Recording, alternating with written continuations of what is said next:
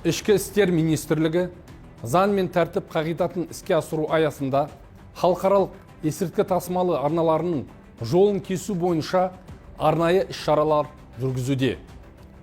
Қазақстан және Қырғызстан ішкі істер министрліктері сондай-ақ Жамбыл облысы полиция департаментімен тығыз өзара іс-қимыл және шекара маңы ынтымақтастығы нәтижесінде апин тобына жататын есірткі заттарын жеткізудің сыртқы трансұлттық арнасының жолын кесті.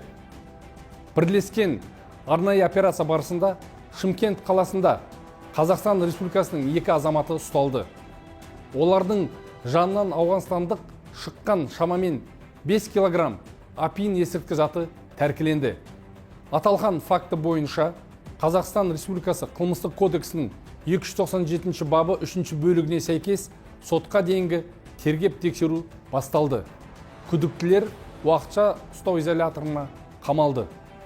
Қазіргі уақытта олардың әрекеттерін есірткі контрабандасы және трансұлттық ұйымдасқан қылмыстық топқа қатысу белгілері бойынша қосымша саралау мәселелері қарастырылуда.